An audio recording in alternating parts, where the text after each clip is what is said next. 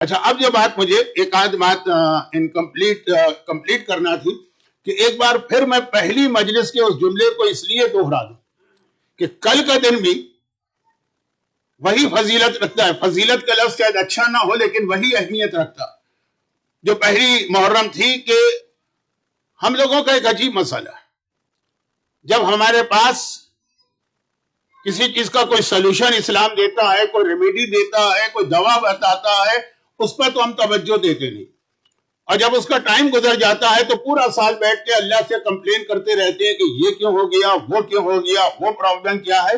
دعا ہر وقت مانگی جا سکتی ہے، ہر وقت کی دعا قبول، لیکن اللہ نے ٹائم اینڈ پلیس کے اعتبار سے دعا کی طاقت میں فرق ڈالا. بہت ساری جگہیں ایسی ہیں جہاں کی دعا زیادہ جلدی قبول ہوتی ہے آپ کے اپنے گھر کی دعا کے مقابلے میں. گھر کے اللہ کا وعدہ تو ہر جگہ کے لیے ہے کہ ادعونی استجب لکم، دعا مجھ سے مانگو میں قبول کروں گا، چاہے وہ آپ کا اپنا گھر ہو اور چاہے وہ خانہ کعبہ کا پردہ ہو. لیکن پھر بھی دعا کی طاقت میں فرق پڑ جاتا ہے پلیس کے چینج ہونے سے. اسی طرح ٹائمنگ، اب آپ کو بتانے کی ضرورت نہیں ہے، میں نے پہلے دن بہت ڈیٹیل میں بات کر لی. اب تو وقت بھی میرے پاس کم ہے، تو بڑی راتیں آنے والی ہیں، غم کا بیان زیادہ ہوگا، اسپیچ کا ڈیوریشن کم ہو جائے گا. تو جلدی جلدی بات یہ ہے کہ اسی طرح ٹائمنگ، شب قدر ہو کہ شب عرفہ ہو کہ عرفات کا دن ہو کہ شب جمعہ ہو کہ 15 شعبان ہو، یہ اہم موقع ہیں. ان میں سے تھرڈ آف محرم بھی، فرسٹ محرم اور تھرڈ محرم، اس کی دعا میں بہت طاقت ہے. اور یہ جیسا کہ میں نے کہا کہ کچھ لوگوں کو بہت عجیب لگتا کہ محرم کا پہلا عشرہ ہو، حسین کے گھرانے پہ 2 محرم کو حسین کربلا پہنچ چکے، وہ ساری مصیبتیں آ رہی ہوں، یعنی وہ اللہ جو امتحان لے رہا ہے، ظالم جو ظلم کر رہے ہیں، اور ہم بیٹھ کر اپنے پرسنل پرابلم پیش کریں. تو بہت ہی مختصر اس کا جواب میں دیتا ہوں کہ اعمال عاشورہ تو آپ میں سے ہر ایک کرتا، بلکہ بہت سے لوگ اعمال عاشورہ کو واجب نمازوں سے بھی زیادہ اہمیت دیتے. ضمناً ایک بات میں عرض کر دوں کہ زیارت عاشورہ عاشورے سے ہٹ کر بھی ایک بہت ہی طاقتور عمل ہے، اتنا اسٹرانگ کہ بہت سارے علماء یہ کہتے ہیں کہ یہ عام آدمی کو روز پڑھنا بھی نہیں چاہیے. میں اس ڈیٹیل میں نہیں جا رہا ہوں، وہ پھر ایک سبجیکٹ چینج ہوگا.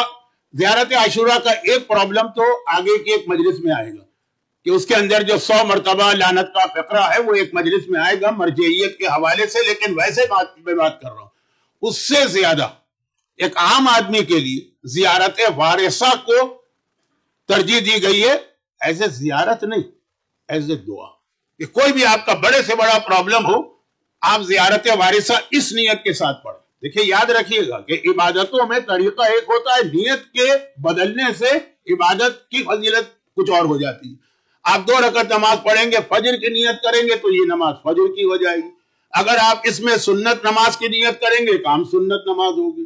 اس کے اندر آپ کسی مرحوم کو ثواب پہنچانے کی نماز، وہی نماز ہوگی، وہی 2 رکعت، وہی طریقہ، لیکن نیت کے بدلنے سے اس نماز کے بینیفٹ چینج ہوتے ہیں. وہی زیارت وارثہ. ایک تو آپ سلام کی نیت سے پڑھتے ہیں، وہ ایک مومن کی ذمہ داری اور ڈیوٹی.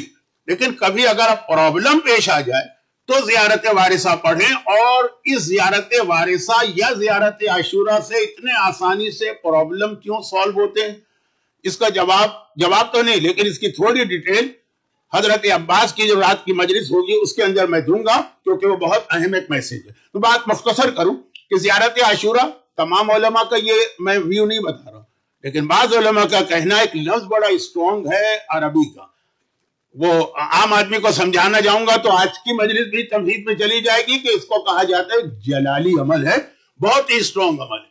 یہ اسی طریقے سے ہے کہ جیسے آپ کوئی بہت ہی اسٹرانگ اوور ڈوز والی دوا لے لیں معمولی سی کسی بیماری میں یا ایک نارمل بیماری میں، تو زیارت وارثہ کو زیادہ اہمیت دیجیے گا. ایک عام آدمی کی بات میں کر رہا ہوں. اس کے حوالے سے ایک آج جملہ اور بھی ہے کہ بعض مراجع کے حالات میں ملتا ہے کہ ان سے پوچھا گیا کہ آپ اتنے ہائی اسٹیٹس پر کیسے پہنچے، انہوں نے کہا ہم روز زیارت عاشورہ پڑھتے تھے. ایک واقعہ نہیں، کئی واقعات، لیکن سبجیکٹ اور ٹاپک میرا آج یہ نہیں ہے، اس لیے میں اس کو چھوڑتا ہوں. تو کہا کہ جب وہ یہ کہتے ہیں تو ہم کیوں نہ کہیں. اور یہ آج کل سوشل میڈیا کی وجہ سے یہ بھی ایک پرابلم ہو گیا کہ ہمارے بڑے بڑے مراجع، مرحوم آغا خوئی جیسے مرجع، مرحوم آغا محسن حکیم جیسے مرجع، مرحوم آغا ابو الحسن اصفہانی جیسے مراجع، ان کے حالات میں آ جاتا ہے کہ وہ یہ عمل کرتے تھے تو اس منزل پہ پہنچے. تو آدمی نے کہا میں بھی یہی عمل کروں. نہیں, فرق ہو جاتا ہے, اور اس کی تفصیل میں آج نہیں جا رہا ہوں کیونکہ میرا سبجیکٹ کچھ اور ہو جائے گا. تو زیارت عاشورہ میں آپ خود دیکھیں گے کہ جب دعائے القمہ اس کے ساتھ پڑھی جاتی ہے اور اسی عاشور کے دن پڑھی جاتی ہے, گرچہ وہ دعائے صفوان ہے, دعائے القمہ نہیں ہے, لیکن مشہور, اس میں آپ کی اپنی حاجتیں وہ آپ پیش کرتے ہیں. اب آج کل تو چونکہ اسکرین کے اوپر ٹرانسلیشن آ رہا ہوتا ہے تو اب آپ سمجھ بھی رہے ہوتے ہیں کہ آپ کیا کہہ رہے ہیں. پہلے جب خالی عربی میں چلتا تھا سلسلہ تو اس وقت تو معلوم نہیں ہوتا تھا کہ آج عاشورے کے دن چاشت کا وقت, زیارت عاشورہ کا بہترین وقت تو ہے کہ سن رائز کے 30 منٹ کے بعد اس کو پڑھا جائے, یعنی اعمال عاشورہ کا بہترین وقت. لیکن ایسا اسلام نے اس کو نماز کی طرح سے پابند نہیں کیا. تو خلاصہ یہ کہ اس میں آپ دیکھیے اپنے پرابلم. عاشورے کے دن جب امام حسین پر وہ دن آ رہا ہے کہ کائنات میں اس سے زیادہ سخت اور غم کا کوئی دن نہیں, اس لیے کہ وہ کریم ابن کریم, وہ کہہ رہے ہیں کہ میرا اکبر بھی مارا جا رہا ہے لیکن میں پہلے تمہاری حاجت سنوں گا, اسے پورا کروں گا, اور اس کے بعد پھر میں اپنی اولاد کو دیکھوں گا. یہ کریم ابن کریم. تو اس اعتبار سے جو میں نے پہلی محرم کو بات کہی, اعمال عاشورہ کو ایک دلیل بنا کر اس کو ریپیٹ کر رہا ہوں, اور 3 محرم کل کا دن بھی. ویسے تو اس کا بھی وہی حکم ہے کہ پہلے روزہ رکھو اور پھر دعا مانگو, لیکن اس ویدر میں روزہ سنت روزہ ہے, چھوڑا جائے, لیکن خالی یہ دعا ایک چیز یہ. دوسری چیز 1802 1802 اس میں وہابیوں نے کربلا پہ اٹیک کیا تھا. اچھا اس زمانے میں کل اس کا ذکر آیا تھا نا, تو ذرا سا کسی نے کہا کہ تفصیل میں مت جائیے, کیونکہ مولانا آپ تفصیل میں جاتے ہیں تو 10 منٹ کی بات کو آپ 50 منٹ کھینچ لیتے ہیں. ان شارٹ سمری ذرا سا بتا دیجئے, کچھ لوگوں کے لیے ایک نئی بات ہوگی. اور میں خاص اس کانٹیکس میں بھی کہہ رہا ہوں کہ اس وقت جو دنیا کے حالات ہیں اس کے اندر, اب میں بہت احتیاط سے بات کر رہا ہوں, آپ کی اٹینشن ہوگی تو شاید آپ سمجھ بھی جائیں. دنیا کے جو حالات ہیں اس میں کسی وقت بھی کوئی ایسا واقعہ بھی پیش آ سکتا کہ جس کے اندر اسلام کے اہم ترین اور جو بہت ہی ہولی پلیسز ہیں وہ بھی ہو سکتا ہے ختم ہو جائے. ہو سکتا ہے مثلا خانہ کعبہ کے اوپر فرض کیجئے اٹیک ہو جائے اور خانہ کعبہ کو ختم کر دیا جائے, کتنا بڑا ہمارے لیے صدمہ ہوگا, مر جائیں گے بہت سے لوگ. لیکن اسلامک ہسٹری میں یہ ساری چیزیں پہلے ہو چکی. اب فرق یہ ہے کہ چونکہ وہ ہمارا ٹائم پیریڈ نہیں تھا, بہت پرانا تھا, اور دوسرا یہ کہ جو ظلم ہوا اس کے بعد پھر اس کو کمپنسیٹ کر دیا گیا. اب خانہ کعبہ ہر ایک کو اس لیے یاد ہے کہ یزید کے حوالے سے بات کہی جاتی ہے کہ یزید نے پھر کعبے پہ بھی اٹیک کیا تھا, اور عمرے اور حج پر جانے والوں کو یہ بھی بتایا جاتا ہے کہ 2 مرتبہ تو معصومین کے زمانے میں, ائمہ کے زمانے میں 2 مرتبہ تو خانہ کعبہ کو پورا گرا دیا گیا, توڑ دیا گیا, خانہ کعبہ ختم ہو گئے, خالی زمین رہ گئی, اور اس کے بعد کعبہ بنا. اب کتنا اس زمانے کے اعتبار سے کتنی بڑی ٹریجڈی ہوئی ہوگی جو آج ہم برداشت نہیں کر سکتے, اگر خالی کوئی ممبر سے کہے یا عام زندگی میں کہے, لیکن ہو چکا ہے اس سے پہلے. لیکن اس کے بعد پھر کعبہ بن گیا اور زیادہ شان و شوکت کے ساتھ بنا.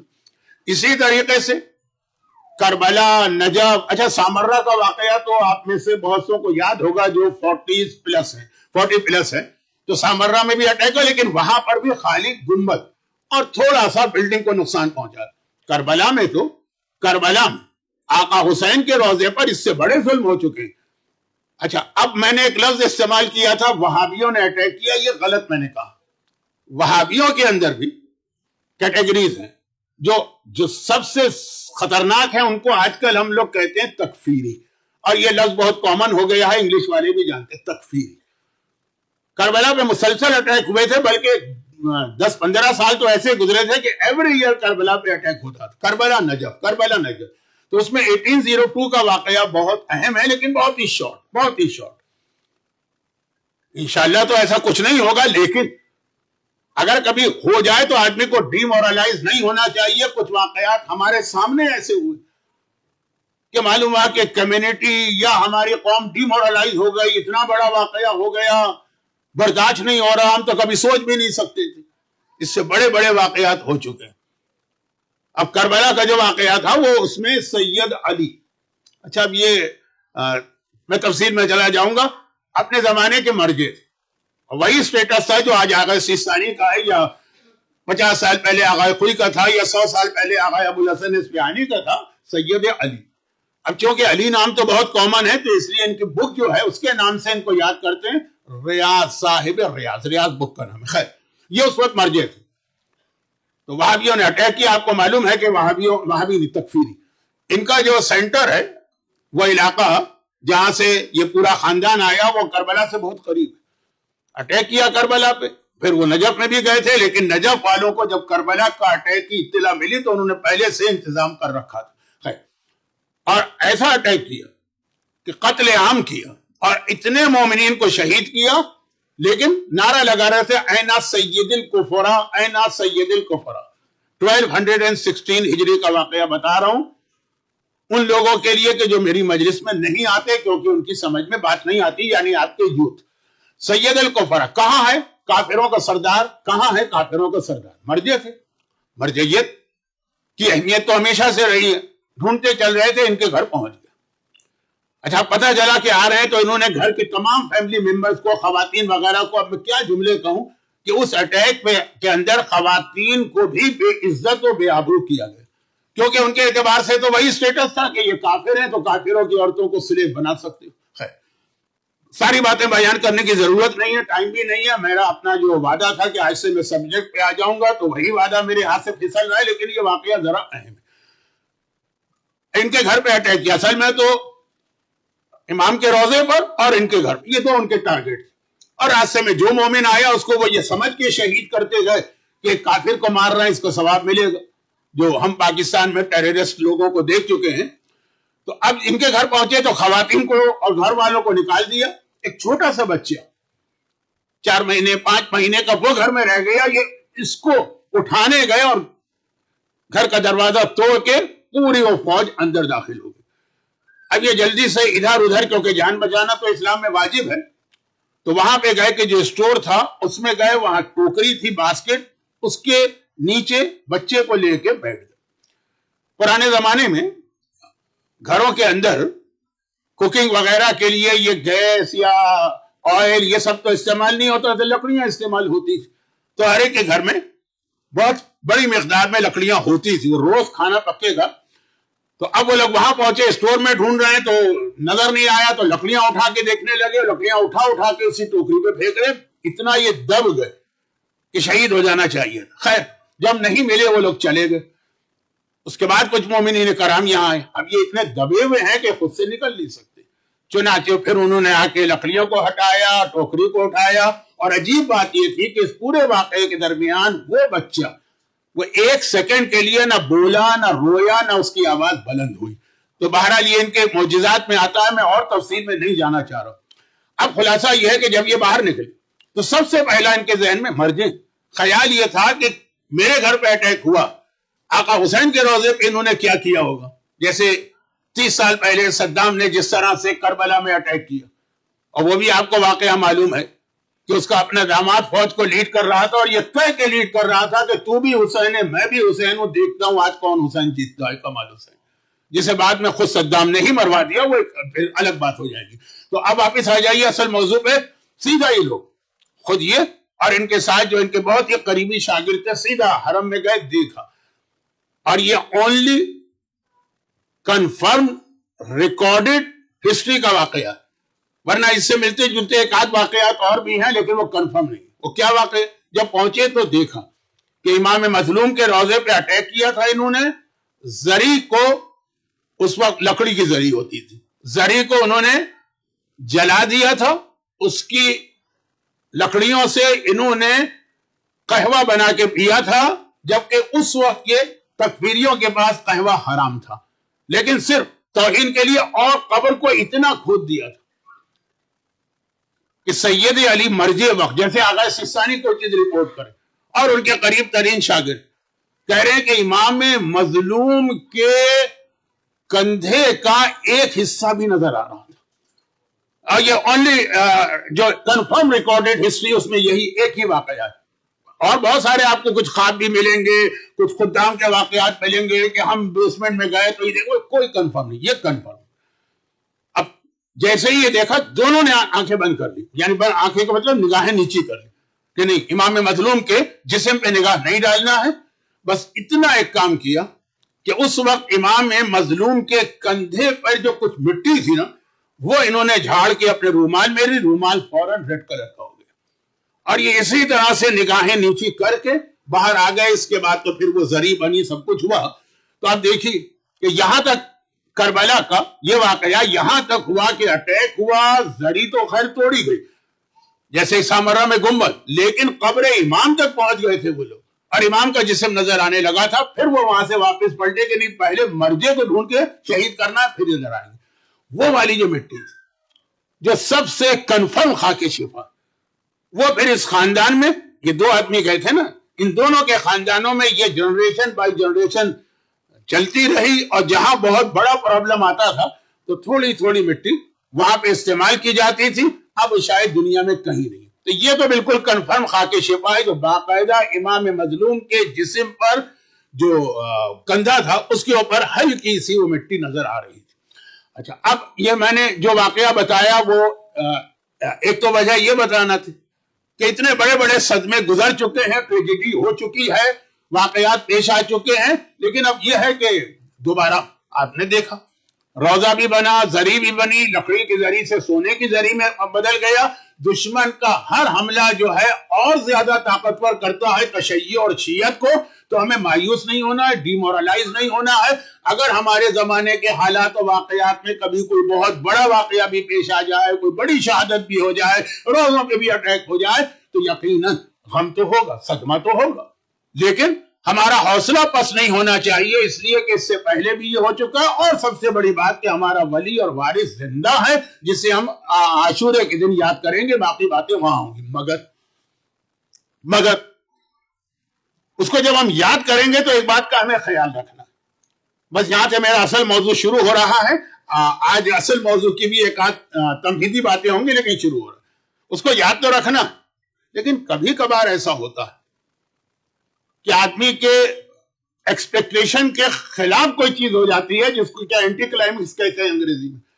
کیا آپ میں سے ہر ایک, آپ سے مطلب میں بھی شامل ہوں, انکلوڈنگ بھی, زمانے کے امام کا انتظار تو اتنا زیادہ کر رہے ہیں اور بار بار یہ کہہ کے کر رہے ہیں کہ وَجَعَلْنَاكُمْ وَإِيَّاكُمْ مِنَ الطَّالِبِينَ بِالسَّارِحِ مَعَ وَلِيِّهِ الْإِمَامِ الْمَهْدِي آلِ محمد, کہ اللہ ہمیں اور تمہیں امام زمانہ کے ان ساتھیوں میں شامل کرے جو خون حسین کا بدلہ لیں گے. اور پھر امام کے آنے کے بعد وہ سارے پرابلم جو تشیع پر ہیں وہ ختم ہو جائیں گے, اوور نائٹ نہیں. ٹف ٹائم تو آئے گا ظہور امام کے بعد بھی, لیکن ایک جو ہمیں اس وقت امید, آج کل غیبت کے آخری زمانے میں امید نہیں. عظم البلا برے الخفا وانقطع الرجا, یہ عربی کا لفظ ہے جس کا ترجمہ یہ ہے کہ مولا وہ زمانہ آ گیا, امید بھی ختم ہو گئی, جو انسان کے لیے بہت بڑا سہارا ہوتا. گریک میتھولوجی میں ایک واقعہ ہے پینڈوراز باکس. اس کا خلاصہ یہی ہے نا کہ وہ جو باکس کھولا تھا اس لڑکی نے اور ساری مصیبتیں اور بلائیں نکل کے آئی تھی, تو آخر میں امید آئی تھی اور کہا یہ ہر پرابلم کا سلوشن ہے. جو انسان کو ایک امید خوب ہوتی ہو, تو اب آخری زمانے میں امید بھی ختم ہو جائے گی. دعا کا لفظ ہے وانقطع الرجا, کہ امیدیں بھی ختم ہو گئی. اب امام کے آنے کے بعد یہ جو ماحول ہوگا غیبت کا لاسٹ فیز, وہاں پہ یہ سارے پرابلم سالو ہو جائیں گے, لیکن فوراً نہیں. تو پہلی بات تو یہ کہ مومن یہ سمجھ رہا ہے کہ آج اگر امام آئیں گے تو کل جو ہے صاحبان ایمان کے سارے پرابلم سالو ہو جائیں گے. یہ بھی غلط کنسپٹ ہے, لیکن یہ میرا اس دفعہ کا موضوع نہیں ہے, میں اپنی زبان کو یہاں پہ روکتا ہوں. دوسری بات جو یہ کہنا کہ مجھے صرف ایک سوال آپ سے کرنا ہے کہ خود فیصلہ کریں. پیغمبر کی ایک حدیث ہے نا کہ بعض چیزوں میں استفتم بانفسکم, کسی اور سے نہ پوچھو, خود اپنے آپ سے پوچھ لیا کرو. بعض چیزوں کا ریپلائی یا جواب جو ہے نا, سوال خود کرو خود جواب دو. اور وہ یہ کہ زمانے کے امام کے آنے کے بعد ہمارے ذہن میں کیا کنسپٹ ہے, امام اس دنیا میں کیا نظام قائم کریں, کیا سمجھ کے ہم امام کو بلا رہے ہیں. یہ بہت ذرا اسٹرانگ ورڈ ہو گیا ہے, لیکن یہ میرا جملہ نہیں, یہ اس عظیم صحابی کا جملہ ہے جس کے لیے معصوم نے کہا کہ مقداد ایک کوالٹی میں سلمان سے بھی افضل ہے, اوور آل نہیں, ایک کوالٹی. تو یہ مقداد کا جملہ ہے. کیا سمجھ کے امام کو بلا رہے ہیں؟ پہلے اپنے آپ سے پوچھ تو لو. اگر تم یہ سمجھتے ہو کہ امام آنے کے بعد دنیا میں ایک اناؤنسمنٹ کریں, اور اناؤنسمنٹ کریں گے آج سے نمازیں معاف، تو یہ اعلان کریں گے آج سے حجاب ختم ہو گیا، یہ اعلان کریں گے کہ آج سے گانا بجانا جائز ہو گیا، جتنا لے جائز کرو. یہ سمجھ کے بلا رہے امام کو، یا یہ سمجھ کے بلا رہے ہو کہ جب امام آئیں گے تو آنے کے بعد خون حسین کا انتقام لینے کے بعد امام کیا کریں گے؟ خون حسین کا انتقام تو ایک دن میں ہو جائے گا. امام کم از کم 40 سال تو امام کی حکومت ہے، بعض روایتوں میں 70 سال ہے، بعد میں اس سے بھی زیادہ.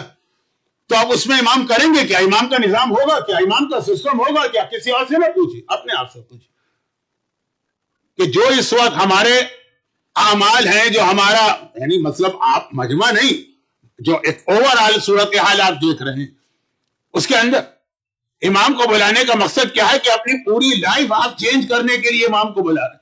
ابھی جو اس وقت جھوٹ چل رہا ہے، غیبتیں چل رہی ہیں، لوگوں کے حق مارے جا رہے ہیں، لوگوں پہ ظلم کیا جا رہا ہے، اولاد والدین پہ توجہ نہیں دے رہی ہے، وہ پھر بھی سمجھ میں آتا ہے.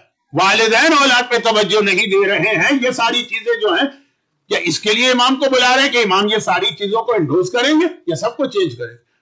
اور اگر چینج کریں گے اور ہم چینج نہیں ہوں گے تو کیا ہوگا؟ اب یہاں سے وہ ٹاپک شروع ہو گیا کہ امام کے لیے جب دعا کرو تو اس کے لیے پہلے تیاری کرنا. دعا، ہر دعا کا اصول یہی. حضرت موسیٰ بیمار پڑ گئے، انبیاء بھی بیمار ہوتے ہیں. اب بنی اسرائیل میں یہ کنسپٹ آ گیا کہ سب کچھ تو اللہ کے اختیار میں اللہ کرتا، ہم پورا بھروسہ اللہ پہ کریں گے، ہمیں دنیا میں کسی سے کچھ نہیں چاہیے. لیکن بعض نظریے، بعض ویوز، بعض انسان کے خیالات دیکھنے میں بہت اچھے لگتے ہیں، لیکن انگریزی کا یہ کہاوت ہے نا کہ ہر چمکنے والی چیز سونا نہیں ہوتی ہے، اور اچھی چیز جو ہے نا، ہر اچھا خیال. خانہ کعبہ کا حج، حضرت ابراہیم نے مکے کو آباد کیا ہے. عرب کے لوگوں نے، یعنی مکے کے لوگوں نے ابراہیم کی ہر چیز کو بدل دی، ایک حج کو باقی رکھا. حج باقی رہا تھا، باقی ساری نہ نماز نہ روزہ یہ سب چیزیں ختم ہو گئی، مگر وہ ایکسٹریم پر پہنچ گئے تھے. اور وہ یہ تھا کہ بھئی ہم اللہ کے گھر آتے ہیں تو ہمیں بالکل پاک پاکیزہ ہونا چاہیے، کوئی شک والی چیز بھی نہیں ہونا چاہیے. اس کے لیے انہوں نے کیا طریقہ اختیار کیا؟ یہ آرڈر جاری کر دیا مکے والوں نے کہ یہاں جو لوگ آتے ہیں پتہ نہیں باقی چیزوں کے علاوہ ان کا ڈریس حلال ہے کہ حرام ہے، ان کے پاس جو بھی حلال حرام کا کنسپٹ. اللہ کے گھر میں آ رہے ہو، بالکل سنسیئر ہو کے آؤ، بالکل پاک پاکیزہ پیور ہو کے آؤ. چنانچہ کپڑے اتار کر آؤ، بغیر کپڑوں کے سر سے پیر تک نیکڈ ہو کے طواف کیا کرو، تاکہ جسم پر کوئی شک والی چیز ہی نہ رہے. نیت تو بڑی اچھی لگ رہی ہے، کنسپٹ تو بہت اچھا لگ رہا ہے کہ بالکل پیور اور پاک و پاکیزہ ہوگا، لیکن عمل کتنا برا بن گئے، اپنے حساب سے سوچ رہے ہیں. اور اس کی مثالیں آئیں گی، ایگزامپل، کیونکہ 2-3 دن سے میں یہی بات کہہ رہا ہوں اور یہ مزید کنٹینیو ہوگی، کیونکہ جب سے یہ سوشل میڈیا اتنا اسٹرانگ ہوا، اب نہ کسی عالم کی ضرورت ہے ہماری قوم کو، نہ کسی پریچر کی ضرورت ہے، نہ کسی مجتہد کی ضرورت ہے، نہ کسی مرجع کی ضرورت ہے. اور جو تھوڑی بہت ضرورت تھی وہ چیٹ جی پی ٹی جیسی چیزوں نے ختم کر دی کہ اب ڈائریکٹ چلے جاتے ہیں کہ اصول کافی میں کیا حدیث ہے. بہت سینسیٹیو اور اہم ایشو ہے، اور مجھے معلوم کہ جو کراؤڈ میرے سامنے ہے یہ اس کا اتنا بڑا ایشو نہیں ہے جتنا اس کراؤڈ کا ایشو ہے جو میری زبان نہیں سمجھ پاتا، اس لیے ایک بیریئر. تو ہے خلاصہ یہ ہے کہ ان حالات اور ماحول میں کہ ہر آدمی اپنی طرف سے ایک آئیڈیا پیش کرتا ہے اور سوشل میڈیا پر پھیلا دیتا ہے. یہ چیز کو بتانے کی ضرورت ہے کہ بعض بڑے اچھے آئیڈیا، لیکن پریکٹیکلی وہ اسلام کے اگینسٹ جاتے ہیں. تو میں کہیں تھوڑا سا موضوع سے ہٹا، لیکن اصل موضوع پر ہوں. اب دیکھیں کہ ہم امام زمانہ کو بلا رہے ہیں. مثلا بات یہ ہو رہی تھی کہ کیونکہ عاشورہ کے دن تو آپ یہی دعا مانگیں گے، اور زیارت عاشورہ میں بھی آپ یہی دعا مانگیں گے، لیکن امام زمانہ آنے کے بعد کیا کریں گے؟ کسی کتاب میں مت پڑھیے، خود اپنے آپ سے پوچھئے کہ کیا سسٹم امام زمانہ قائم کرے. اچھا، یہ میرا موضوع نہیں، امام کے آنے سے پہلے، امام کے آنے سے پہلے یہ ہے میرا موضوع. کچھ چیزیں آئیں گی بیفور ظہور. دنیا کے حالات اتنے خراب ہوں گے کہ میں 2 دن سے، کل بھی اور آج بھی، وہ دعائے فرج کے کچھ جملے پڑھ رہا ہوں جس کے آخر میں آپ الغوث الغوث الغوث بھی کہتے ہیں. یا محمد و یا علی یا علی یا محمد اکفیانی فإنما کافیان منصورانی فإنکم ناصران. اور الغوث الغوث الغوث الجل الجل. اس دعا کا اسٹارٹ کہاں سے ہو رہا ہے؟ زمین اور آسمان دونوں ہمارے دشمن. رہبت الارض، ذاقت الارض، زمین تنگ ہو گئی، اور منعت السما، آسمان سے آنے والی ساری برکتیں ختم ہو گئی. اچھا اب دیکھیے کہ ایک پرابلم ہوتا ہے، کوئی ایک پرابلم، لیکن اسلام کہتا ہے 50-50 اپنے دل میں خیال لے کر آؤ. بلکہ بعض روایتوں میں تو ایک جملہ ہے جو آج کل کے بچوں کو نہیں سمجھا سکتے ہیں. پرانے زمانے میں، پرانے سے مطلب یہ ہے کہ بہت پرانا بھی نہیں، اور آج بھی انڈیا پاکستان کے کچھ ریموٹ ایریاز میں جب کوئی چیز آپ خریدتے ہیں شاپ سے تو وہ آپ کے سامنے اسکیل پر رکھ کر تولتا ہے نا، اور اس کے دو حصے ہوتے ہیں، ایک کے اندر اس نے ویٹ رکھا، ایک میں آپ کی چیز رکھی. اس طرح سے اب یہ دیکھیے ٹائم آپ کا ویسٹ ہو رہا ہے، لیکن کیا کروں، اس کے بغیر بات سمجھا نہیں پاؤں. امام نے فرمایا کہ مومن کے دل کو اگر کاٹا جائے، ایک طرف ترازو کے ایک پلڑے میں ایک اور دوسرے میں بالکل یہ اکول ہوں گے، بالکل برابر ہوں. کیا دو چیزیں امام نے اس میں کہی، جس میں سے پہلی چیز میرا موضوع ہے کہ جب کوئی پرابلم آئے، ہو سکتا ہے یہ اللہ ہمارا امتحان لے رہا ہے، ٹرائی. ظالم ظلم کر رہا ہے، لیکن وہ ظالم کا ظلم ہمارے لیے تو امتحان بنے گا نا. لیکن یہ خیال 50% ہو، یہ نہ ہو کہ زمانہ اتنا خراب ہے ہمارے اور یہ پوری تشیع قوم کا امتحان لیا جا رہا ہے اور اللہ کی طرف سے یہ ہمارا ٹرائل ہو رہا ہے. نہیں، 50 یہ کہ ظہر الفساد فی البر والبحر بما کسبت ایدیکم، بہت ساری خرابیاں معاشرے میں تمہارے اعمال اور کیریکٹر کی وجہ سے آتی. ہو سکتا ہے میں نے کوئی غلطی کی، ہو سکتا ہے میں نے کوئی گناہ کیا، بالکل برابر سے دو خیال ہونے چاہیے. اور پہلا خیال جو آئے گا اس کے لیے ہمارے پاس ٹول اسلام نے دیا، دعا. اللہ امتحان لے رہا ہے تو دعا کرو. اور دوسرا جو خیال آئے گا اس کے لیے اسلام نے ہمیں ٹول دیا ہے توبہ، کہ توبہ کرو. ہو سکتا ہے کیونکہ اگر یہ تمہارے گناہوں کی وجہ سے پرابلم آ رہا ہے، اللہ کی طرف سے امتحان نہیں ہے، تو دعا کا فائدہ نہیں، توبہ کا فائدہ. اور اگر اللہ کا امتحان ہے تو توبہ تو ویسے ہی واجب ہے، لیکن وہ اس وقت اس میں کام نہیں آئے گی، اس میں دعا کام آئے گی. دعا پلس توبہ.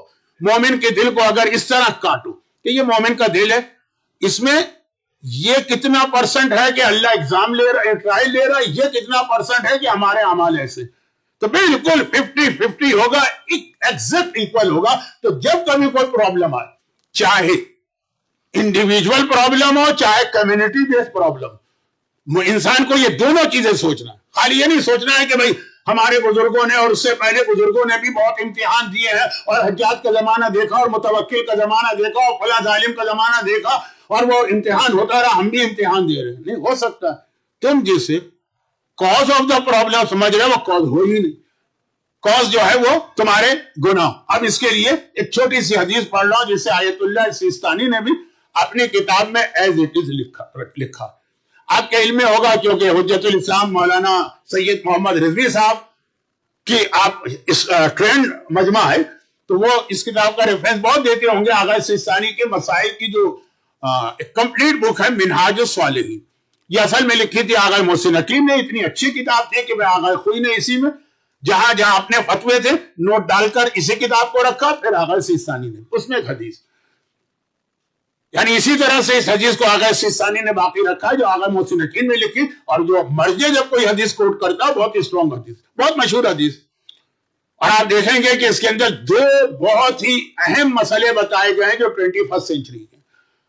روے عن نبی، تحریر ہے کہ پیغمبر اسلام سے یہ حدیث روایت کی گئی ہے کہ پیغمبر نے کہا کہ تم لوگوں پر کیفا بکم، تم لوگوں پہ کیا گزرے گی جب تم یہ دیکھو گے تمہاری عورتیں خراب ہو گئی ہیں اور تمہارے شباب نوجوان جو ہیں وہ فاسد ہو گئے.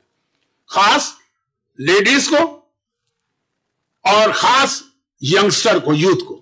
اس حدیث میں یہ لفظ آیا ہے، آپ جا کے دیکھ بھی سکتے ہیں کیونکہ کتاب تو موجود ہے انٹرنیٹ پہ PDF میں. یہ پیغمبر کی حدیث چل رہی ہے. اچھا اب اس کے اندر 4 چیزیں بتائیں. کیفا بکم، تمہاری کیا حالت ہوگی جب تم یہ دیکھو گے کہ تمہاری عورتیں خراب ہو گئی ہیں، تمہارے نوجوان فاسق ہو گئے. اور یہ پیغمبر کا جملہ اشارہ کہ آخری زمانے کے اندر ہمارے دشمن یعنی اسلام کے دشمن ان دو کو ٹارگٹ کریں گے.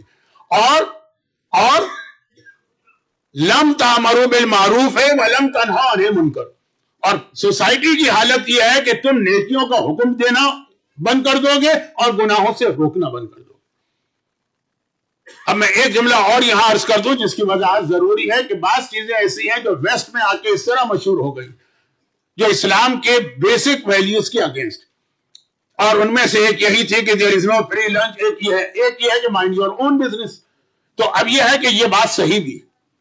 اسلام میں پرائیویسی کا اتنا سخت حکم ہے کہ آپ آغا سیستانی کے فتوے کو جا کے دیکھ لیجیے. شوہر کو آپ نہیں ہے کہ بیوی کی میل چیک کرے یا لیٹر چیک کرے یا اس کے موبائل میں ایکسس کرے. اسی طرح بیوی کا کہیں اور میں جا رہا ہوں واپس آتا ہوں. تو اب یہ کہ نہیں, لیکن اس کا یہ مطلب بھی نہیں کہ آپ بڑے بڑے گناہ آپ کے سامنے اور آپ خاموش رہیں. اچھا, اس کا ایک طریقہ ہوتا ہے, وہ بعد میں آئے گا. ابھی آپ کو رزلٹ نہ نکالیے. پیغمبر نے یہ 4 چیزیں بتائی.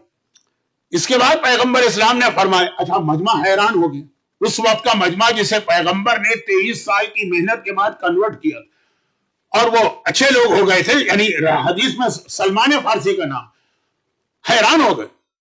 یا رسول اللہ, کیا ایسا بھی کبھی ہو سکتا ہے کہ ہمارے سامنے گناہ اور ہم کچھ نہ بولیں, ہمارے سامنے واجبات کو چھوڑا جائے, ہم اس کا حکم نہ دیں؟ پیغمبر نے کہا اس سے بھی برا ہونے والا, اور اس سے برا یہ ہوگا کہ کیفا بکم, تم پہ کیا گزرے گی, اذا امرتم بالمنکر ونہوا عن المعروف, الٹا ہو جائے گا. تم لوگ گناہوں کا ایک دوسرے کو حکم دو گے اور ترویج کرو گے اور شوق دلاؤ گے, اور نیکیوں سے لوگوں کو روکو گے. ایک تو ہے کہ خاموش رہو, کچھ بولو ہی نہیں. اسی میں مجمع حیران تھا. کون سا مجمع؟ آج کا مجمع نہیں, پیغمبر کے ٹرین اصلی اور سنسیئر صاحب, کہ یہ کیسے ہو سکتا. پیغمبر نے کہا اس سے بھی برا ہوگا, گناہوں کا حکم دیا جائے گا, نیکیوں سے روکا جائے گا. جو کل ایک جملہ میں نے 3 مرتبہ کہا, لیکن تینوں مرتبہ انکمپلیٹ کہا, کہ بھائی مثلا عزاداری کے حوالے سے بات ہے, لیکن کوئی اور بھی آپ اس میں نیکی لے آئیے, $1 بھی ہم نہیں دیں گے. یہ عزاداری کا سسٹم ہمیں بہت پسند نہیں. چلے, آپ کی مرضی, نہ دیجیے, لیکن دوسروں کو روکیں گے بھی کہ نہیں, خرچ یہاں نہیں کرو, اور جگہ ہیں خرچ کرنے کی. تو بہت چھوٹی سی میں نے مثال جو تھی وہ تھی, پیغمبر نے کہا کہ گناہوں کا حکم دیا جائے گا اور نیکیوں سے روکا جائے. مجمع تو اچھل پڑا. بھائی پیغمبر کے زمانے کا مجمع ہے وہ, میرا والا مجمع تو ہے نا کہ لوگ چپ چاپ بیٹھے ہو, نہ آ ہو نہ واہ ہو, نہ کوئی ایکشن ہو نہ ری ایکشن ہو, جو مجھے پسند بھی ہے کہ تاکہ مجھے زیادہ ٹائم ملے. لیکن میں یہ عرض کر رہا ہوں, یا رسول اللہ, کیا اتنا برا زمانہ بھی کبھی آ سکتا ہے؟ ان کی سمجھ میں نہیں آ رہا. پیغمبر نے کہا کہ تم اسی میں حیران, اب اس سے بھی زیادہ برا ہوگا. اچھا, اب یہ حدیث میں کیوں پڑھ رہا ہوں؟ اس کے آخری لفظ کی وجہ سے پڑھ رہا ہوں, ورنہ حدیث تو کافی مشہور بھی ہے, اور حجت الاسلام مولانا رضوی صاحب نے کئی بار پڑھی بھی ہوگی. تیسرا جملہ, پیغمبر نے کہا تم یہ دوسری بات پہ حیران ہو, کیا ایسا زمانہ آئے گا کہ لوگ گناہوں کو ایک دوسرے کو حکم دیا کریں گے یا شوق دلائیں گے کہ فلاں گناہ کرو؟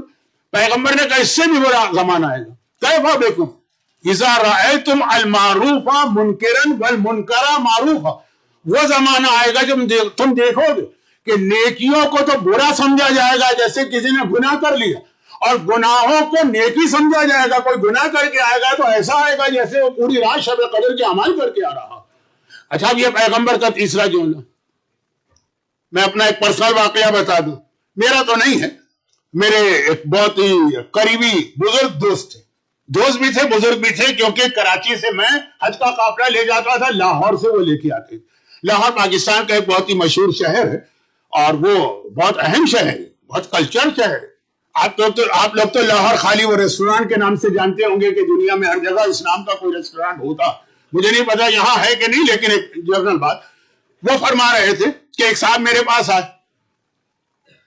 وہ بہت پرانے عالم تھے لاہور کے, ان کے والد اس مسجد میں امام تھے, اس کے بعد وہ امام بنے, اس کے بعد ان کے بیٹے امام بنے, تو بہت یعنی فیملیز ٹرم ہو گئے تھے پوری کمیونٹی سے. کہ ایک صاحب میرے پاس آیا اور کہا کہ مولانا مجھے ایک بہت بڑا پرابلم پیش آ گیا, یہ ریئل واقعہ, اور وہ پرابلم یہ پیش آ گیا ہے, مجھے اپنی بیٹی کے بارے میں بڑی پریشانی. اب عالم کے پاس لوگ کیوں آتے ہیں؟ یا دعا کے لیے, یا تعویذ کے لیے, یا کبھی کبھار نماز جنازہ کے لیے, ورنہ پہلے نکاح کے لیے بھی آتے تھے, اب تو ضرورت نہیں ہے, خود ہی سارے کام ہو جاتے ہیں. تو اب یہ مولانا یہی سمجھے کہ میرے پاس یہ کوئی دعا تعویذ کے لیے آئے ہوں گے. دعا بہت طاقت ہے, بہت اہمیت ہے. حتی عاشورے کے دن آپ کو یاد ہوگا کہ آقا حسین نے آقا سجاد کے پاس جا کر کندھے پہ ہاتھ رکھ کے کہا تھا, یہ دعا میں بتا رہا ہوں, یہ میرے شیعوں کو پہنچا دینا کہ جب کوئی پرابلم پیش آئی یہ دعا پڑھی. کب؟ آخری لفظ کے وقت, جب اکبر ہو, اصغر ہو, عباس ہو, قاسم ہو, عون ہو, محمد شہید ہو چکے. پھر بھی آپ کا خیال کیا, میرا خیال کیا آپ نے. یہ عاشور کی مجلس میں تھوڑا سا بیان کروں, ایک دعا دی. یعنی دعا دی کا مطلب یہ ہے کہ ہمیں گفٹ کیا ہے دعا کی شکل میں. تو خیر دعا تو ہے بہت اہم چیز. اب ان کے ذہن میں آیا کہ بیٹیوں کے لیے کیا مسئلے ہوتے ہیں, زیادہ تر یہی ہوتے ہیں کہ اگر غیر شادی شدہ ہے تو شادی نہیں ہو رہی ہے تو کوئی اچھا رشتہ آ جائے, شادی شدہ ہے تو اولاد نہیں ہو رہی ہے تو پرابلم ہو رہے ہیں, یا یہ کہ جہاں گئی ہے اس فیملی کے اندر جسے اردو میں سسرال کہتے ہیں, ساس اور نند اور یہ سارے جھگڑے, یہی پرابلمز ہوتے ہیں بیٹیوں. مولانا نے کہا بے شک آپ بتائیے میں آپ کے لیے دعا ڈھونڈتا ہوں. کہا میرا مسئلہ یہ ہے کہ میری بیٹی نہ کسی نامحرم سے ہاتھ ملاتی ہے نہ کسی نامحرم کے سامنے جاتی. میں دوستوں کے گھر جاتا ہوں, ان کی بیٹیاں اچھل اچھل کے آتی ہیں, ہائے انکل, بھائی انکل, بھائی انکل, جو کچھ بھی کہتی رہتی ہیں, کبھی ہاتھ بھی ملا لیتی ہیں. اسی طرح سے نہ سر پہ دوپٹہ ہے نہ کوئی اسکارف.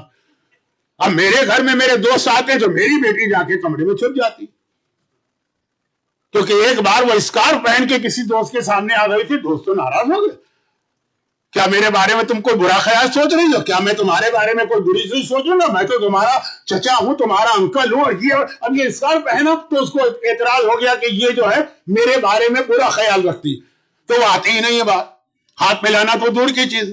مولانا کوئی علاج کیجئے. آج 20th سینچری, یہ بات ہے 50 سال پہلے, ایسی لڑکی کیسے چلے گی معاشرے کے اندر؟ مولانا کہہ رہے کہ میرے پاس کیا جواب تھا. میں نے اس سے کہا بھائی چند کتابوں کے نام لیے, ٹائم ویسٹ ہو رہا ہے, مصباح اور اقبال اور مفاتیح, اور میں نے یہ کتاب پڑھی, وہ کتاب پڑھی, بیماری کی دعا مجھے نظر آئی ہے, اور اولاد کی دعا نظر آئی ہے, اور رزق کی دعا نظر آئی ہے, اور قرضے کی دعا نظر آئی ہے. اب تک امام کی طرف سے بے شرمی, بے حیائی اور بے غیرتی کی دعا نظر نہیں آئی ہے. جس دن میری نالج میں آئی میں سب سے پہلے آپ کو بلا کے ہی دوں گا. اب یہ 50 سال پہلے کی بات کر رہا ہوں, جب یہ میڈیا کچھ نہیں تھا. اس وقت کی حالت یہ تھی کہ جو کوالٹی اچھی ہے اس کو برا سمجھا جا رہا ہے, اور جو بری کوالٹی ہے کہ جی وہ ہمارے دوست کی بیٹیاں تو اسی طرح آ کے ہاتھ ملاتی ہیں, گلے لگ جاتی ہیں, اس کو اچھا سمجھا جا رہا ہے. پیغمبر نے کہا, ابھی اس کی بہت مثالیں, میں لیڈیز کی مثالیں زیادہ اس لیے دیتا ہوں کہ میرے سامنے نہیں ہوتی ہے نا. آپ کے بارے میں کہوں تو آپ تو ایسا مجھے گھورنے لگتے کہ مجلس پڑھنا میرے لیے مشکل ہو جاتا ہے. تو خیر خلاصہ یہ ہے کہ لیڈیز کا بہت احترام ہے. میں نے عرض کیا نا کہ اسلام میں مرد آزاداری ہو لیڈیز, لیکن یہ ابھی بات کی مجلس ہے. آج سن لیجیے آخری بات, یہ حدیث میں نے پوری کیوں پڑھی, کیوں تھوڑا بہت تو ہم دیکھ رہے ہیں یہ واقعا آج اچھائیوں کو برائی سمجھا جا رہا ہے, اور جو برائی ہے کسی میں اس کو اچھائی سمجھا جاتا ہے, یہ اس کا پلس پوائنٹ آتا. پھر پیغمبر نے کہا جب یہ ہوگا, ہاں یہ غلط, جب یہ ہوگا تب زمین بھی تم پر بند ہو جائے گی اور آسمان بھی تم پر بند ہو جائے گا. نہ آسمان سے اللہ کا فضل و برکت نازل ہوگی, نہ زمین میں کوئی تمہاری مدد کرنے والا ہو. لا ناصر فی الارض, زمین میں کوئی تمہاری مدد نہیں کرے گا, اور آسمان سے کوئی برکت نازل نہیں ہوگی. تو وہ جو ہم دعا پڑھ رہے ہیں امام زمانہ کے آنے سے پہلے کہ الہی عظم البلا و برع الخفا وانقطع الرجا وضاقت الارض ومنعت السماء, اس میں آخری جو دو باتیں تھیں, زمین تنگ ہو گئی, آسمان بند ہو گیا. پیغمبر فرما رہے ہیں اس کا one of the main reason یہ بھی ہو سکتا کہ تمہارے گناہ اس اسٹیج پر پہنچ گئے جہاں نیکیاں برائی بن جائیں اور برائیاں نیکی بن جائیں. اگر یہ اسٹیج آ گیا اور پھر آسمان بند ہو گیا تو اللہ سے کمپلین نہ کرنا, یہ تمہارے اپنے اعمال کا نتیجہ ہے. جیسا کہ میں حضرت موسیٰ کا واقعہ پڑھ رہا تھا, لیکن میں اس کو روک دیتا ہوں, انشاءاللہ کل آئے گا. واقعہ بہت اہم, میرا اصل موضوع جو ہے نا یہ اس کے اندر.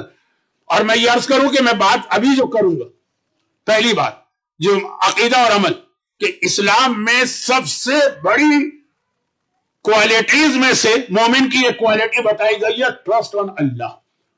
یہ بہت اہم صفت ہے, بہت اہم. توکل علی اللہ, اللہ پر مکمل بھروسہ کرو. یہ سارے گناہ وغیرہ کیوں ہوتے ہیں؟ اللہ پہ ہمیں بھروسہ نہیں, یہ بات کل آئے گی. لیکن عرض یہ کر رہا ہوں کہ جو ہمارے یہ والے پرابلم ہے اس کے دو ریزن ہو سکتے ہیں, 50-50. یا تو اللہ ہمارا امتحان لے رہا ہے تو ہم دعا کے ذریعے سے اس امتحان کا ٹائم پاس کریں, اور یا واقعاً ہمارے اعمال انڈیویجول کے یا کمیونٹی کے ایسے ہو چکے کہ جو تھرڈ اسٹیج آیا تھا کہ ہمارے یہاں برائی اچھائی بن گئی اور اچھائی برائی بن گئی.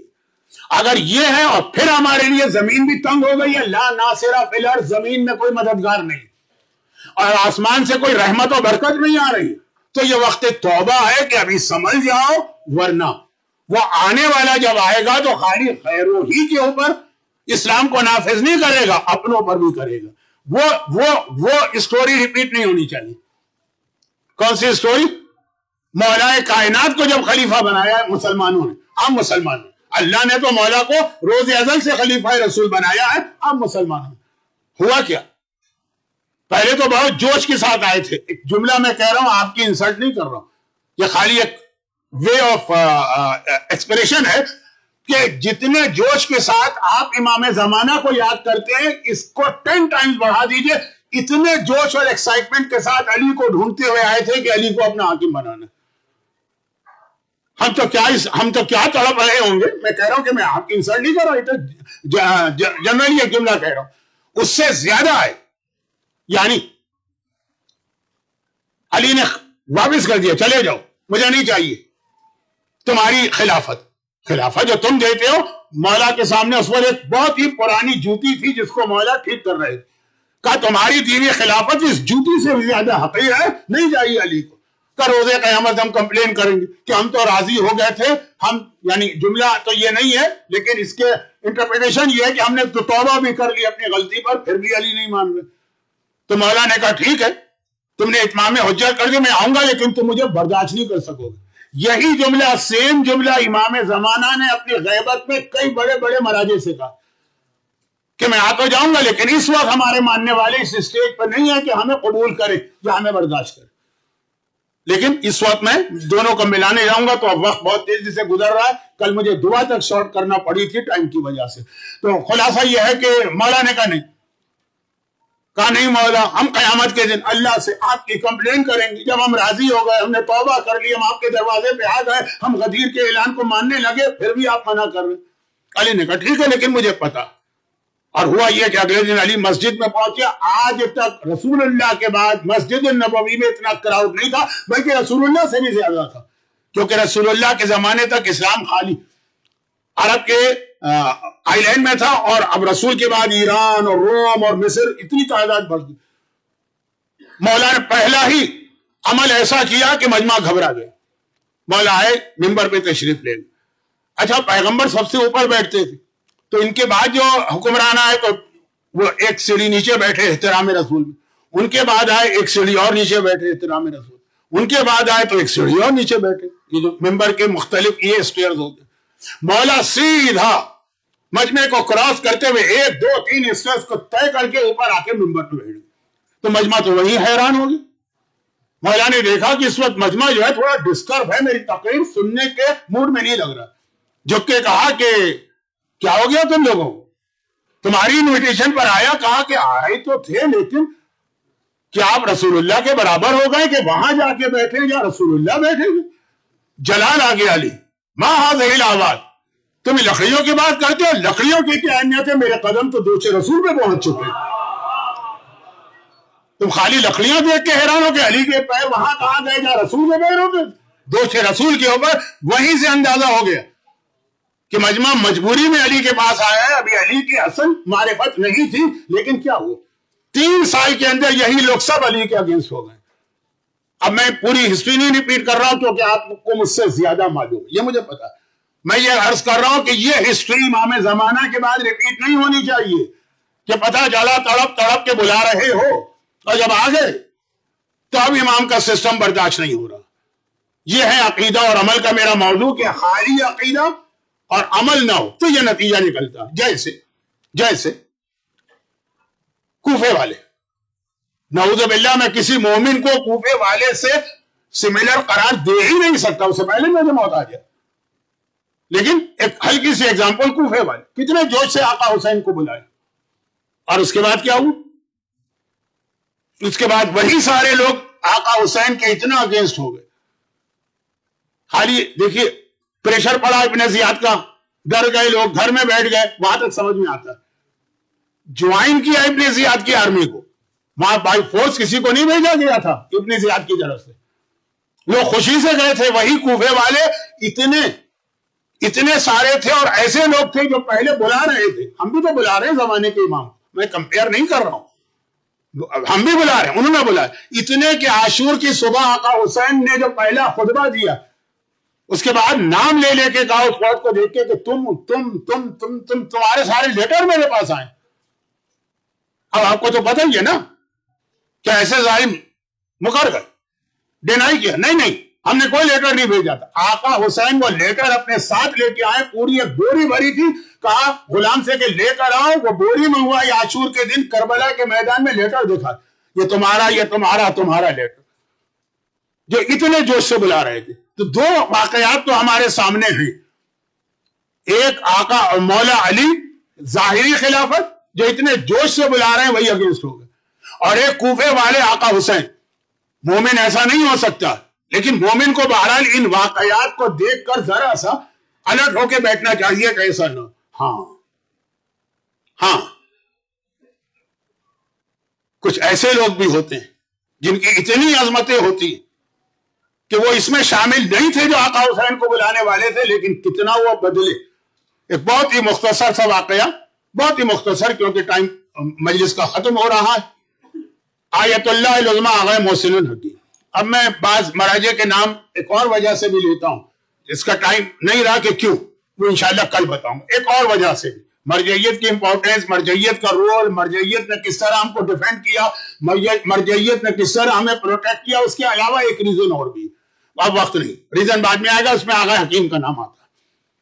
اور بڑی قربانیاں دی انہوں نے دین کی خاطر. کتنے بیٹے ان کے جوان بیٹے شہید ہوئے. اس خاندان کے 72 ایک دن میں صدام نے قتل کر کے ان کے سر کاٹ کے آغا حکیم کے بڑے بیٹے یوسف حکیم کو بھجوائے. یہ سب ہماری ریسنٹ ہسٹری. جب ان کی ایج 91 تھی, خود ان کے بیٹے یہ واقعہ سنا رہے, اور میں اس محفل میں بیٹھا تھا. میں تو بہت جونیئر تھا, مجھ سے بات نہیں ہو رہی تھی, لیکن سنا رہے تھے. وہ بیٹے جو بعد میں شہید ہو گئے, اور اس وقت آغا محسن حکیم کی قبر کے برابر ان کی قبر بھی بنی.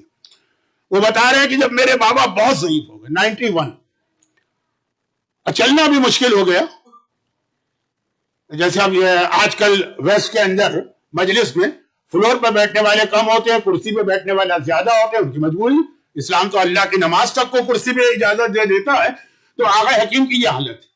بیٹوں سے کہا کہ میری خواہش ہے کہ دنیا سے جانے سے پہلے ایک مرتبہ اور اپنے مظلوم آقا کے روضے کی اور قبر کی زیارت کر لو. خود یہ قبر اور روضے کی زیارت اتنی ہے کہ بھائی جب آدمی دنیا سے جائے گا تو خود آقا امام مظلوم کے سامنے پہنچ جائے گا, بائی فیس ان کو دیکھے گا. لیکن نہیں, یہ زری کی زیارت بھی بہت اہم ہے. چنانچہ ان کے بیٹے لے کے گئے. بڑی مشکل سے, بہت ضعیف ہو چکے ہیں, سارے روضے جتنے تھے وہ سب وہاں, آقا عباس یہ سب. اس کے بعد کا مجھے حر کے روضے پہ لے گئے. حر کا روضہ تھوڑا سا, آپ کو پتا ہے کہنے کی ضرورت نہیں, ٹائم نہیں, تھوڑا دور ہے, وہاں گئے. حر اس کی زری کے سامنے کھڑے ہوئے اور ایک جملہ کہا کہ اے حر, میں ہر اعتبار سے تجھ سے زیادہ افضل. نمبر 1 عمر, اسلام میں سینئرٹی کی ایک اہمیت. حر کیا تھا, 30s میں تھا. آغا حکیم کون ہے, 90s میں. کتنا ڈیفرنس, ایک احترام ہوتا ہے. نمبر 2 خاندان, میں سید ہوں, سید محسن حکیم اتبا تبا, تو غیر سید, اور ایسا غیر سید ہے جو عظمت سادات کو جانتا ہے. جب آقا حسین کے گھوڑے کو روکا تھا اور آقا نے کہا تھا سکلت امی, تیری ماں تیرا ماتم کرے, جواب دیا تھا عرب میں کوئی میری ماں کا نام لیتا میں پلٹ کے اس سے سخت جواب دیتا, لیکن آپ کی ماں تو سیدہ نساء عالمین ہے, خاتون جنت ہے, میری زبان پہ ان کا نام نہیں آ سکتا.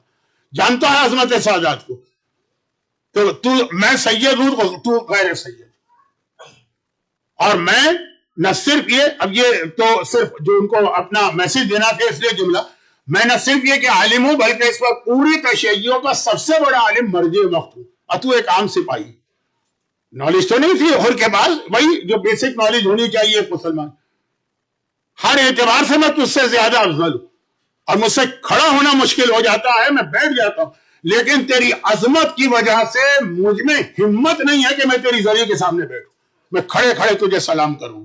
اور عظمت کیا ہے کہ تو نے اتنی بڑی قربانی دی, اتنی بڑی قربانی دی جو دنیا میں کوئی نہیں دے سکتا. یاد رکھیے ایک جملہ, اگر آقا حسین کا کوئی سپاہی حسین کو چھوڑ کے لشکر یزید میں چلا جاتا تو پھر بھی سمجھ میں آتا, کیونکہ آقا حسین کے پاس کیا ہے, بھوک ہے, پیاس ہے, جنگ ہے, زخم ہے, شہادت موت, ہر اعتبار سے نقصان ہی نقصان. تو اتنا ایمان بلند تو ہونا چاہیے, لیکن اگر کوئی چلا جائے تو سمجھ میں آتا. لیکن کوئی یزید کو چھوڑ کے حسین کے پاس آئے, یہاں کیا ہے, یزید کے پاس عہدہ، یزید کے پاس انعامات ہیں، یزید کے پاس دنیا کی ہر نعمت، اگر یزید کو جوائن کروں تو سب ملے گا، اور حسین کے پاس آ کے ہر طرح کا دنیاوی نقصان ہے، مگر سلام ہوا میں اس ہر کے اوپر کہ جس نے وہ ساری چیزوں کو ٹھوکر ماری جو یزید کے پاس تھی، اور آیا شہادت کے لیے، اور آیا بھوک اور پیاس کا امتحان دینے کے لیے۔ اور کون ہو رہے؟ دیکھیے میسج ہے ہمارے لیے کہ جو میں نے کہا کہ دعا توبہ کسی لمحے قبول ہو سکتی ہے۔ حسین کا راستہ روک کر حسین کو کربلا میں کون لے کے آیا؟ عمر سعد نہیں لایا، ہرملہ نہیں لایا، شمر نہیں لایا، یہ سب بعد میں آئے، ہر لے کے آئے۔ بعض علماء نے ایک جملہ بھی لکھا کہ جب ہر نے آقا حسین کے راستے میں رکاوٹ ڈالی، گھوڑا روکا، اور حسین نے جو کہا وہ تو آپ مجلسوں میں سنتے ہیں، میمن سے زینب کے رونے کی آواز بلند ہو گئی، کیونکہ زینب کو زینب کا بابا بتا چکا تھا کہ جب اس طرح قافلہ روکا جائے بس سمجھ لو کہ اب کربلا شروع ہو گئی۔ کربلا میں لے کے کون آیا؟ یہ ہر لے کے آیا۔ کس نے خط لکھ لکھ کے ابن زیاد کو بھیجے کہ حسین آ گئے ہیں؟ کس کے لیٹرز کے اوپر عمر سعد اور شمر اور خولی اور ہرملہ یہ سب آئے، یہ ہر تھا۔ چلیں باقی باتیں چھوڑے، 7 محرم کو جب پانی بند کیا گیا تو اس میٹنگ میں ہر بیٹھا ہوا، اس نے کوئی احتجاج کیا، کوئی پروٹیسٹ کیا؟ نو بولا نہیں، اس میٹنگ میں شریک۔ 9 محرم تک ہر، دل کی حالت تو اللہ بہتر جانتا ہے، ظاہری اعتبار سے ہر ظلم کے اندر شریک ہے، یزیدیوں ہر ظلم میں شریک۔ اور شاید ون آف دا ریزن یہ بھی ہو، بھئی کربلا تو 9 محرم کو شروع ہو گئی تھی، وہ تو آقا حسین نے عباس کو بھیج کر ایک رات لی تھی نا، تو اگر اسی وقت کربلا آگے بڑھ جاتی تو ہر لشکر یزید میں ہی رہ جاتا۔ لشکر یزید میں رہنے کا مقصد کیا ہے؟ لشکر یزید میں رہنے کا مقصد ہے زیارت کا جملہ، لعن اللہ امتن قتلت کا ولعن اللہ امتن ظلمت کا لعنت آتی۔ حسین کے لشکر میں آنے کا مطلب کیا ہے؟ شہدائے کربلا کی زیارت کا جملہ میں ابی و امی، چھٹے امام کہتے ہیں میرا باپ تم پہ قربان، میری ماں تم پہ قربان۔ یہ ایک رات میں لعن اللہ سے نکل کر بے ابی و امی پہ غرایا۔ اور بعض علماء کہتے ہیں کہ جس وقت جنگ فوجیں تیار ہو گئی، جنگ شروع ہونے والی، ایک مرتبہ ہر کے ساتھی نے دیکھا ہر کے چہرے کا رنگ بدلتا جا رہا، گھبرا کے کہا کہ ہر کیا بات؟ تو اب مجھے ریئلائز ہو رہا ہے کہ میں نے کتنا بڑا ظلم کیا، اور میں چاہتا ہوں کہ جا کے اپنے گناہ کی معافی مانگوں۔ ہر کے ساتھی نے کہا یہ کیا غلطی کر رہا، یہاں سے بھی جائے گا وہاں بھی تجھے کوئی قبول نہیں کرے گا، تجھ جیسے ظالم کو کون قبول کرے گا؟ ہر نے کہا لیکن مجھے پتا ہے جس کے پاس میں جا رہا ہوں وہ رحمت للعالمین کا بیٹا ہے، اس کی رحمت ہر وقت ہے، چنانچہ چلا اور اپنے بیٹے کو لے کے چلا، اور ادھر لشکر امام کے قریب آیا۔ لشکر امام تیار ہو گیا کیونکہ ہر تو دشمن ہے نا، سب نے ایک مرتبہ آواز لگائی کہ آگے بڑھ کے آقا کو گھیرے میں لے لو، کہیں اٹیک نہ کر دے۔ حسین نے کہا عباس اپنی فوج کو روکو، میرا مہمان آ رہا ہے، میں جا رہا ہوں۔ کیونکہ ہر قریب آتا ہے، گھوڑے سے اترتا ہے، جیب سے رومال نکالتا ہے، دونوں ہاتھ باندھتا ہے، آواز دیتا ہے اے رحمت للعالمین کے بیٹے، کیا دنیا کا سب سے بڑا گناہگار تیری بارگاہ میں آ سکتا؟ بھئی یہ جملہ سنا تھا، حسین گھوڑے سے نیچے آ گئے، آگے بڑھے، ہر کو دیکھا، کہا انت اخی فی الدنیا والآخرہ، ہر یہ کیا کہہ رہا ہے؟ تو تو میرا بھائی ہے اس دنیا میں بھی اور آخرت میں بھی۔ اور یہ جملہ سننا ہے کہ ایک مرتبہ پورا لشکر امام گھوڑوں سے اتر آیا، آقا کا بھائی زمین پہ کھڑا ہے، ہم گھوڑوں پہ کیسے بیٹھے؟ لیکن پھر حسین نے ایک جملہ کہا، اور جیسے ہر کو کسی نے کوڑا مارا، حسین نے کہا ہر آج میں بہت خوش بھی ہوں، بہت خوش بھی ہوں اور بہت غمگین بھی ہوں۔ خوش اس بات پر ہوں کہ تو نے باطل کو چھوڑا، حق پر آ گیا، ظلمت کو چھوڑا، نور پہ آ گیا۔ غمگین اس بات پر ہوں جب تو میرا دشمن بن کے آیا تھا تو اتنا پانی پلایا تھا کہ تیرے گھوڑے تک سیراب ہو گئے تھے، آج میرا مہمان بن کے آیا اور حسین پانی کا ایک کوزہ بھی تجھے پیش نہیں کر سکتا۔ یہ جملہ کیا تھا؟ گویا ہر کے بدن پہ کسی نے کوڑا مارا، کہا مولا یہی گناہ معاف کرانے آیا ہوں اور میرا گناہ مکمل معاف ہو جائے، اس لیے میں چاہتا ہوں پہلے میرا بیٹا مارا جائے، میں یہ صدمہ دیکھ یہ امتحان دوں اور پھر میں اپنی جان دوں گا۔ حسین نے کہا عام دل ہوتے میں تجھے کبھی نہ جانے دیتا، لیکن آج تو ہر ایک کو مارا جانا ہے، اول و آخر کی بات ہے، سب کو مارا جانا ہے۔ جا میں نے اجازت دی، حر کا بیٹا چلا، حر نے کہا بیٹا ایسا جہاد کرنا کہ تیرے باپ کا گناہ معاف ہو جائے۔ حر کے بیٹے نے جہاد شروع کیا، آخر میں گھوڑے سے گرا، آواز دی بابا میری مدد کو آئیے۔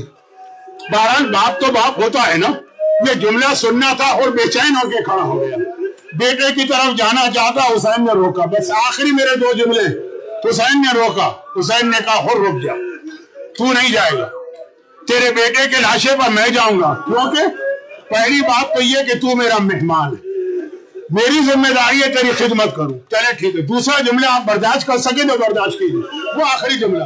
اور حر سن، دوسری بات سن، یاد ہے کبھی بوڑھے باپ جوان بیٹوں کے لاشے پہ نہیں جایا کرتے ہیں، تو بیٹھ میں لاشا لے کے آتا ہوں، بس آقا ہاتھ جوڑ کر ایک جملہ کہنا ہے، حر کا بیٹا گھوڑے سے گرے تو باپ کو روک دیا جائے کہ بوڑھا باپ نہیں جاتا، جب کلیجے پر برچی کا پھل کھا کر 18 سال کا اکبر گھوڑے سے زمین کربلا پہ گرا ہوگا، مولا یہ بوڑھا باپ کس طرح جوان کے سرانے پہنچا۔ خداوندہ آقا حسین کے اس امتحان کا واسطہ جتنے گریہ کرنے والے ہیں اور جتنے مومنین و مومنات ہیں، ان سب کو ہر پریشانی سے محفوظ فرما، ان مظالم کے انتقام کے لیے ظہور امام میں تعجیل فرما۔